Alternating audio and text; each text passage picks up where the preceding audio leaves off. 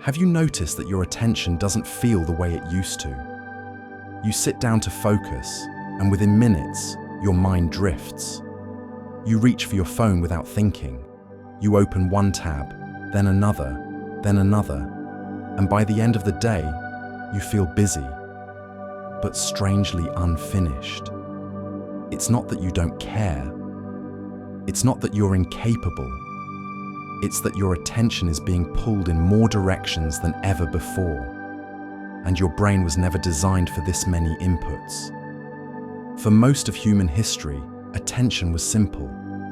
There was what was in front of you, and there was everything else. Now, there's always something else. A notification, a headline, a message, a recommendation, a new piece of information waiting to be consumed. Even when you're resting, something is competing for your awareness, and the brain doesn't ignore that competition. It monitors it. Every alert, every badge, every vibration signals possibility. Maybe it's important, maybe it's urgent, maybe you're missing something, so your attention stays slightly on edge. And over time, that subtle tension becomes your baseline. You start to feel scattered, not because you lack discipline, but because your attention is constantly interrupted.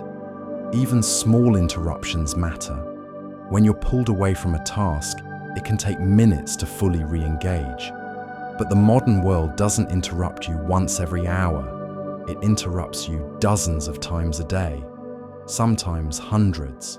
And even when it doesn't, you've learned to interrupt yourself. You check, you refresh, you glance, you switch. It feels small in the moment, but the cumulative effect is enormous. Your attention becomes fragmented. Instead of flowing deeply into one thing, it skims across many. And depth is where satisfaction lives. When you read deeply, you feel absorbed.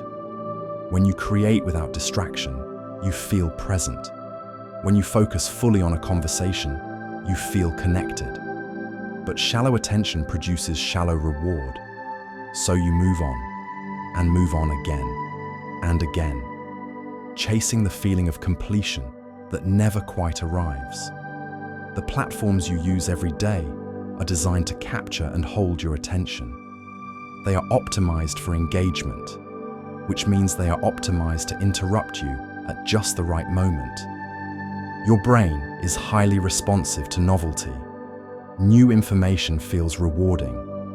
So when you switch tasks, scroll, or click, your brain releases small amounts of dopamine. Over time, your attention begins to crave change. Stillness feels uncomfortable. Sustained focus feels harder. Not because you've become weaker, but because your brain has adapted to constant stimulation. The brain is incredibly flexible. It can adapt to distraction, or it can adapt to depth. Right now, most of us are unintentionally training it for distraction. We rarely sit with boredom. We fill every empty moment. But boredom used to serve a purpose.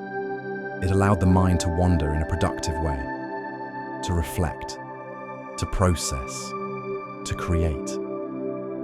When you eliminate boredom entirely, you eliminate the space where clarity often forms. Attention isn't just what you focus on, it's what is pulling at you from the edges. So when you try to concentrate, it feels like trying to read in a noisy room. Technically possible, but exhausting. That exhaustion feeds the cycle. When focus feels hard, you reach for something easier, something quick, which further fragments attention. It's not a character flaw, it's a feedback loop. The good news is that attention can be retrained, gently. Small changes matter. Turning off non-essential notifications, placing your phone in another room when working, scheduling specific times to check messages, letting a moment of boredom exist. Even 5 minutes of uninterrupted focus begins to rebuild the muscle. 10 minutes strengthens it. Over time, your brain remembers what depth feels like. And depth is calming. There's something deeply regulating about giving your full attention to one thing. Cooking without multitasking. Reading without checking your phone. Walking without listening to anything. Being fully present in a conversation.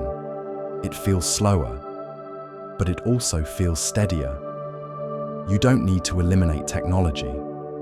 You just need to reduce the number of simultaneous inputs competing for your mind. Your attention is not broken, it's overloaded. An overload can be adjusted. Start small. Protect one block of time each day.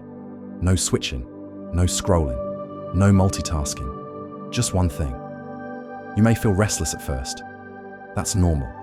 Stay with it. Gradually, the noise softens and clarity returns. Your mind was built for depth.